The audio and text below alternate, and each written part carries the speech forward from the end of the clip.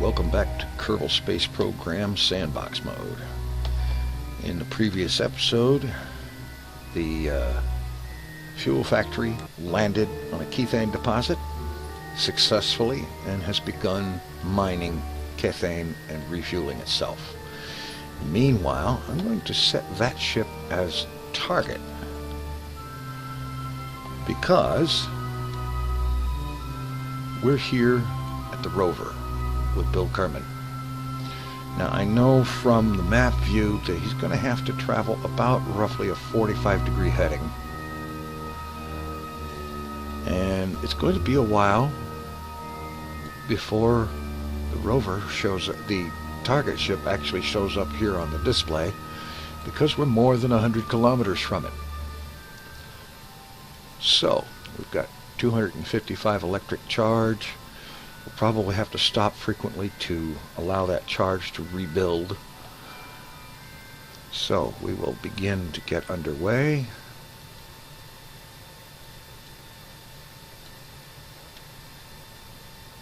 Turn to the heading we need. We do have the target marker on the nav ball at least. That much is good.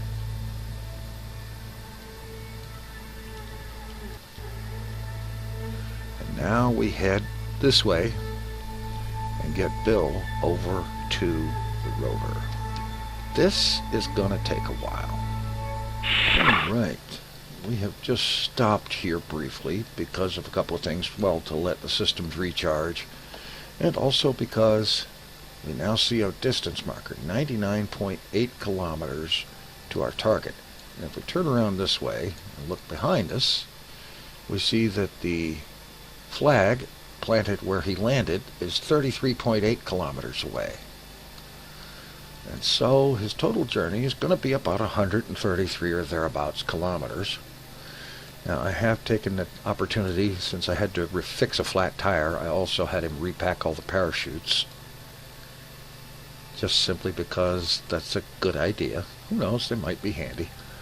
And it's neater that way. Now I'm going to do something else. I'm going to rename this thing.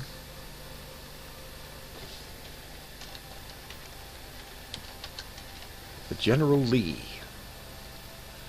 And that's because it has been pulling some very Dukes of Hazzard leaps and jumps as it goes over hills. And now Bill will get underway once again and proceed to close the distance and get to the lander. It's been averaging about 15 meters per second the whole trip, peaking as high as 21 going down hills, and I mean that's with the brakes too, and going as slow as 2 or 3 meters per second going up hills. Right now his current position is pretty much into the entry of that trench that the lander is down in. And so we've got a good ways to go. We left the landing site at mission elapsed time 19 hours 52 minutes. And that's the mission elapsed time for the lander, obviously, for the rover. And so it's been a couple of hours driving through the Duna afternoon. Things are getting dim, a little bit dimmer as time goes on. Of course, we're climbing a hill, so we're using up the charge. We'll have to stop and let it recharge, unless we've got just enough momentum to get over the top of that ridge and then start screaming down the hill, riding the brakes the whole way, which has pretty much been the way things have been. Go down the hill, ride the brakes, and go up the hill and apply thrust when necessary. It looks like we're starting to accelerate, so we'll hit the brakes and try to keep our speed under control, and so on. And that's pretty much the way it's going to be the whole remainder of the trip. Trying not to kill the astronaut in the process. Even if the rover were to somehow break up and be unusable, Bill could walk the rest of the way, but you know, we're talking about 98 kilometers remaining here, and that wouldn't be good. That would take a lot longer than riding. And so, as we proceed to head down another slope and ride the brakes the whole way and try to stay on course,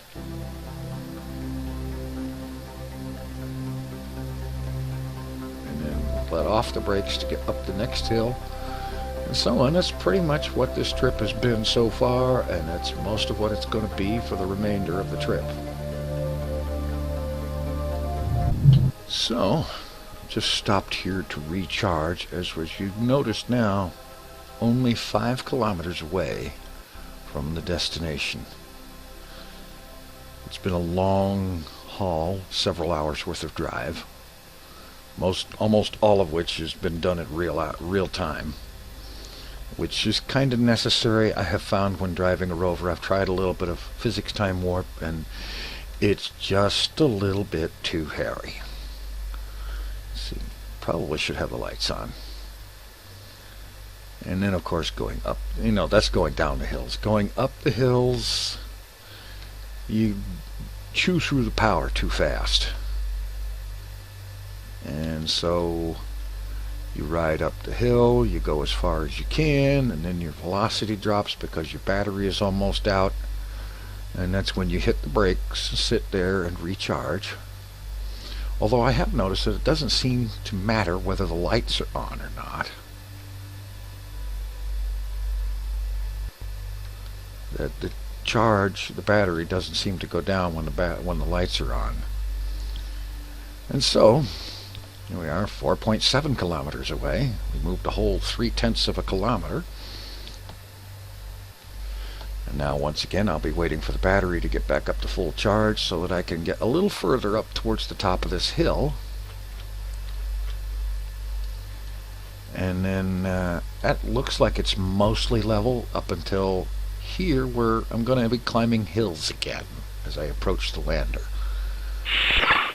And so finally, after a very long night of driving and stopping to recharge and driving some more and negotiating hills that were very difficult to get up and very dangerous to come down, Bill Kerman arrives at the lander. Finally.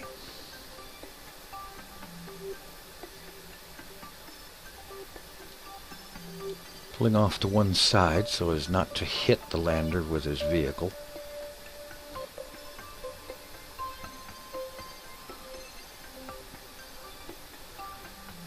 He rolls to a stop about 50 meters away, applies the brakes, illuminating the lander in the process. Bill Kerman has arrived.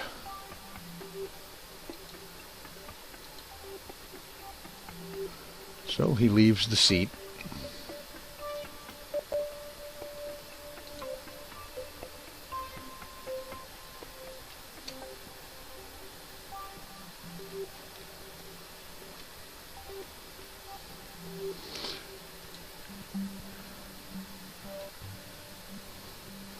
Walks off over here, with time strangely flowing slow because of the lag of all the parts on the lander. Decides to stop and plant a flag.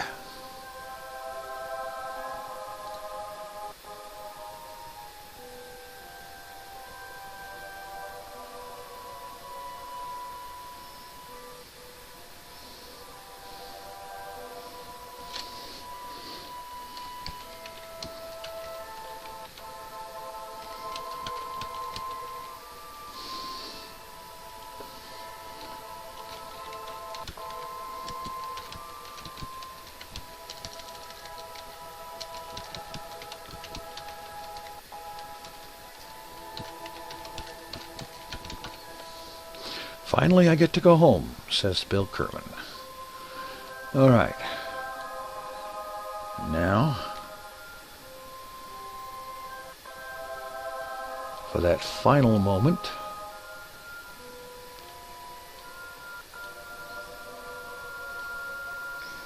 approach the shuttle, the lander, the Kethane ship, whichever you want to call it. Seems that for an astronaut on EVA, the resources should list their EVA pack fuel. Anyway, here we are. And Bill has one more duty to perform before actually climbing aboard, and that is to repack the parachutes on the lander. So, engage the RCS pack.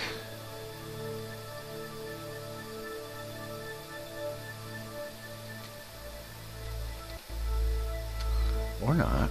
Well, how about this? Let's just get a little closer. And then jump and activate the RCS.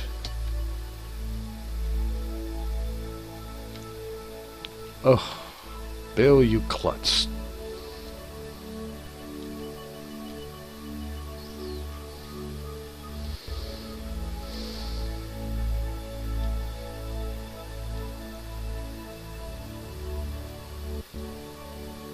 Alright, RCS upwards. Oh, doggone it, Bill. Come on, you don't have gallons of that stuff. 94%. Get yourself up off the surface. Now, just get up here, go forward, and set down on the tank. Nice and easy.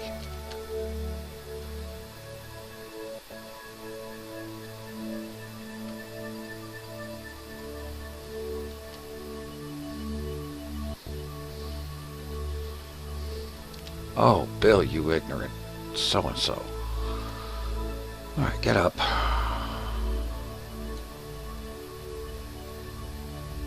And yes, I'm blaming Bill. Alright. It's going to be a minor miracle if we can get him aboard without killing him.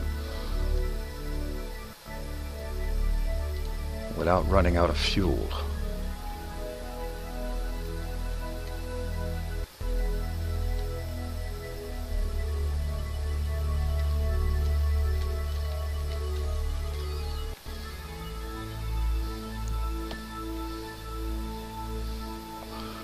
Alright. He's there. Okay. Let's repack some chutes.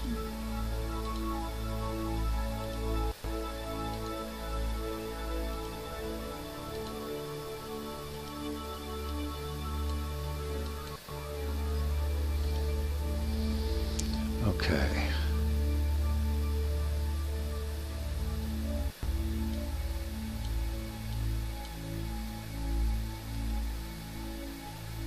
RCS off. Let's just kind of... Okay, can we reach this one? Yes. How about that one? No, of course not. You know what I think? I think we need to switch to the lander.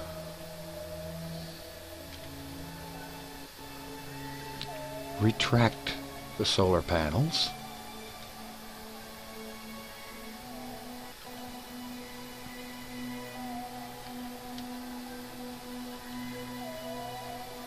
Why are the panels not retracting?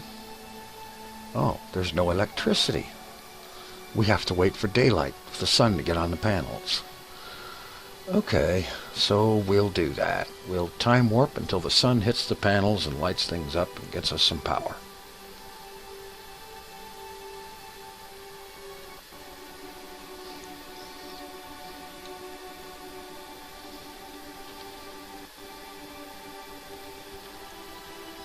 Alright, there we go. Now we have power to retract them, get them out of the way so that Bill won't break them getting into the capsule.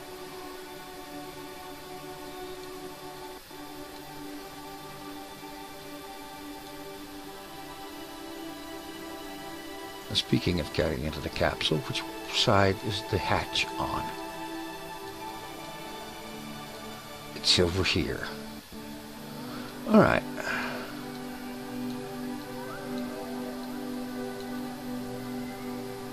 Alright, switch back to Bill. Well, wait a minute. Go ahead and turn the lights off on this thing.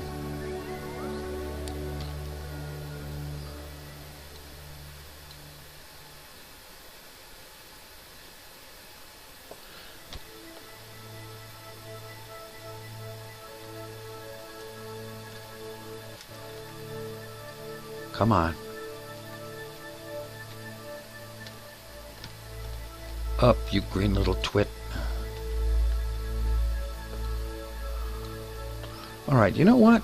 If we're going to repack the chutes, we can do it in orbit.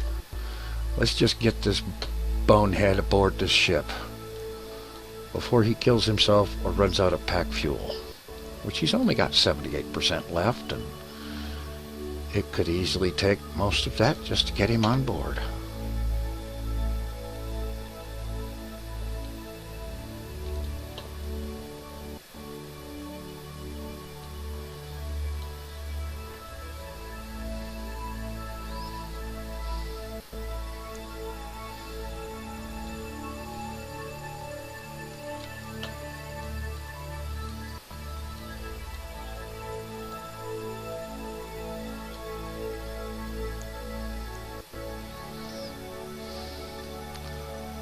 I don't suppose I can blame Bill for being really klutzy. I mean, he has spent the better part of 2.5 years trapped in his capsule.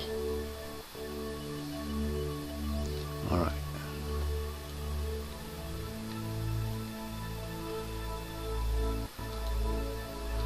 Alright, let's pack your way up.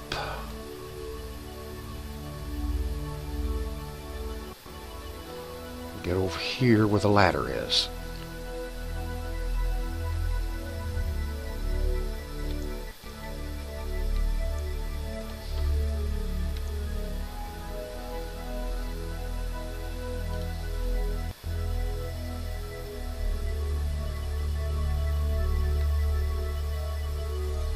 Come on.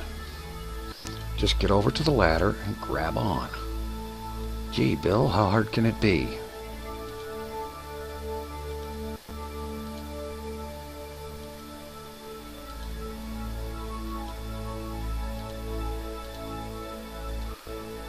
RCS off. No.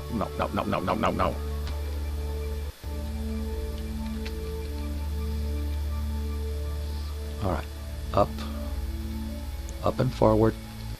Come on, this can't be that difficult. You're trying my patience, Bill. I'll make you ride on the freaking command seat outside. There we go. We've got Bill on the ladder. Now all he has to do is climb up. Get up here. And go in the crew hatch.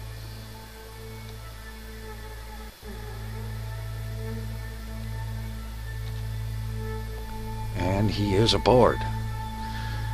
Bill Kerman has finally boarded his trip home. Let's see.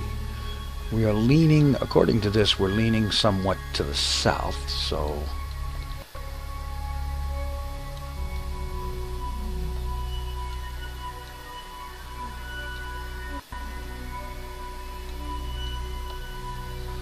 we need to pretty much lift off and hang a right. Alright. Let's get out of docking mode. We have the skipper engine enabled. We have all fuel systems full. Let's get the fuel balancer balancing. Liquid fuel balance all. Oxidizer balance all. Close that. Let's throttle up and get out of here.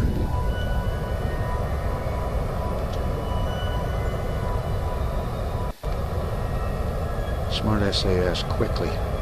Let's take vertical. In fact, pitch 80 degrees from vertical so that we're headed towards orbit.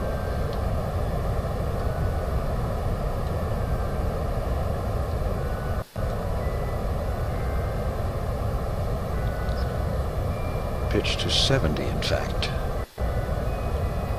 Let's get our flight stats, because we're flying again.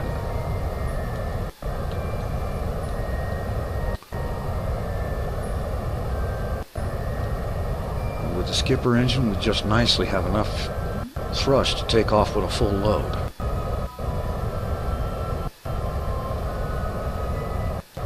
Very nicely. Very good. Landing gear retract.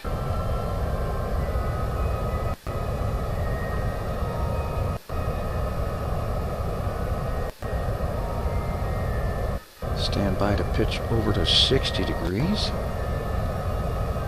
And Bill Kerman is on his way home after over 1,050 days on Duna, aboard a ship that was launched 262 days ago.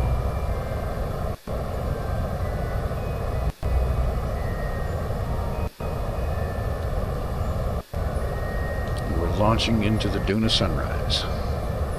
A sunrise Bill was wondering if he'd ever see. Now pitching to 60.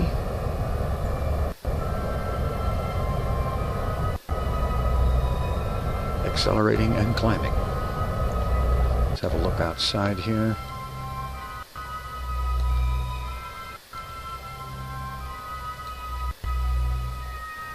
Lifting off, taking off into orbit. All right. Oh, it's got a ways to go, I know. But it'll get there.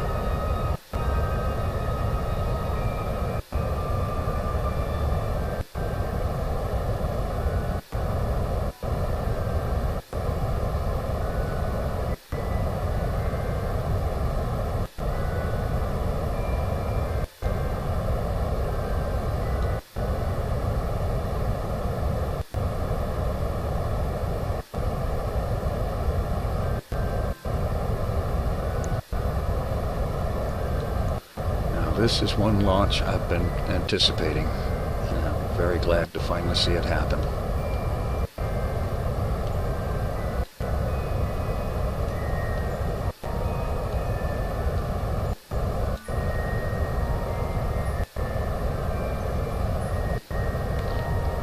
Let's pitch to 45 degrees. Start stretching out that orbital arc.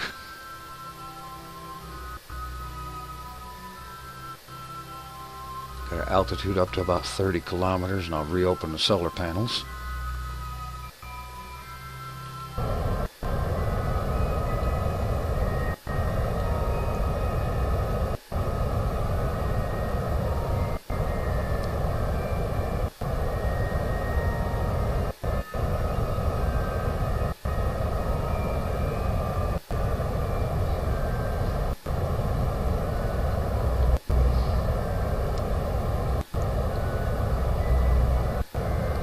Looking good.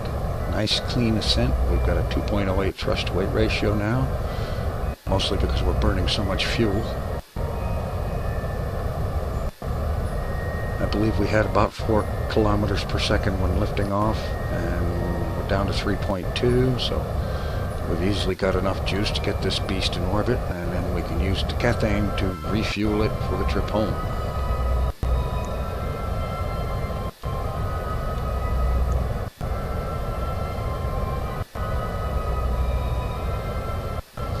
Apoapsis 42 kilometers and climbing.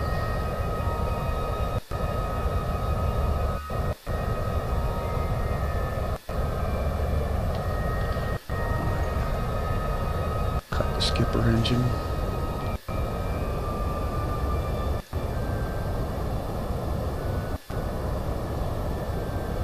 And now cut all engines. Plot a maneuver at apoapsis.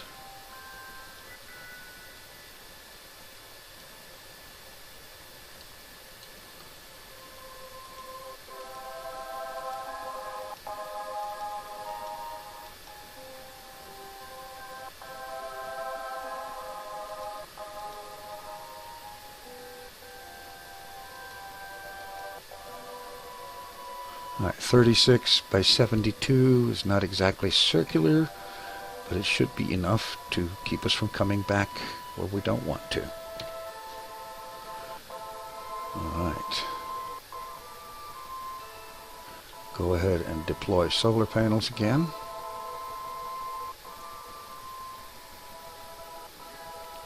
And start the cathane system converting to fuel and oxidizer.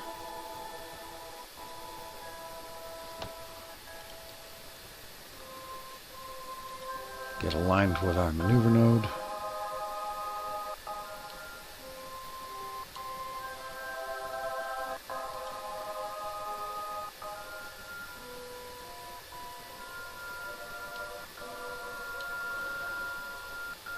And we need to start burning pretty much right now.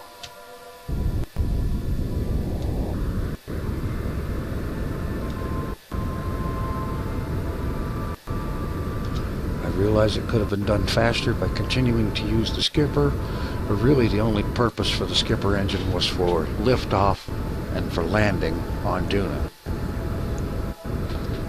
For anything else, it eats fuel too fast.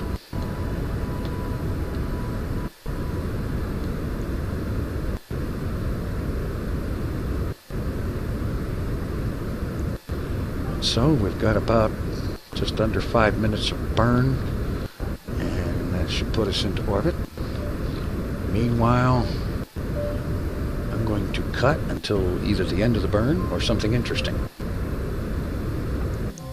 Alright, we're just about at the end of the burn. We now have a positive periapsis. We just have to keep it going long enough to bring it up to a survivable altitude. Why is that camera angle changing? God, I hate that.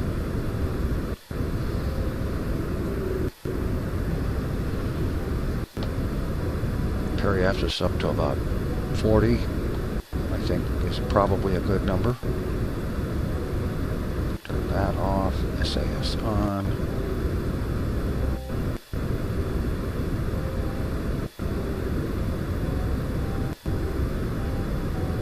Got a good bunch of our cathane converted to fuel and oxidizer, which is helping keep the supply up, keep it from shrinking quite as fast.